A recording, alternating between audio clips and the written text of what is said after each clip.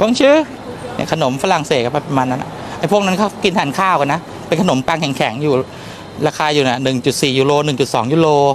พวกนั้นเป็นขนมปังแข็งทั้งหมดแต่ที่ฮอตฮิตก็จะเป็นอันเนี้ยเป็นตาร์ตเล็กๆขนาดเท่ามาการองนะอร่อยมากเนื้อครีมนี่เบบี้ทรอปแต่ช็อกโกแลตเนี่ยน่ากินอ่ะเหมือนหน้านุ่มเลยอ่ะผมไปแบบช้าๆนะร้านนี้เขาให้ถ่ายวันนี้เป้าหมายยาสูบ ชอบมาซื้อบุหรี่นี่ฮะอันนี้ราคาที่แบบกินง่ายๆนะ2 ยูโรเท่ามาการองอ่ะถ้ามาการองอันเล็กๆเป็นคำๆอ่ะเป็นคำๆแต่อันนี้ก็เป็นเหมือนอารมณ์ว่าเป็นเค้กวันเกิดนะส่วนมากเขาจะให้แบบอันเนี้ยนี่เป็นอย่างเงี้ยอันเนี้ยเป็นเค้กวันเกิดเขาก็จะกินแบบนี้กันแล้วก็ไปปากเทียนเนี่ยฮะประมาณนี้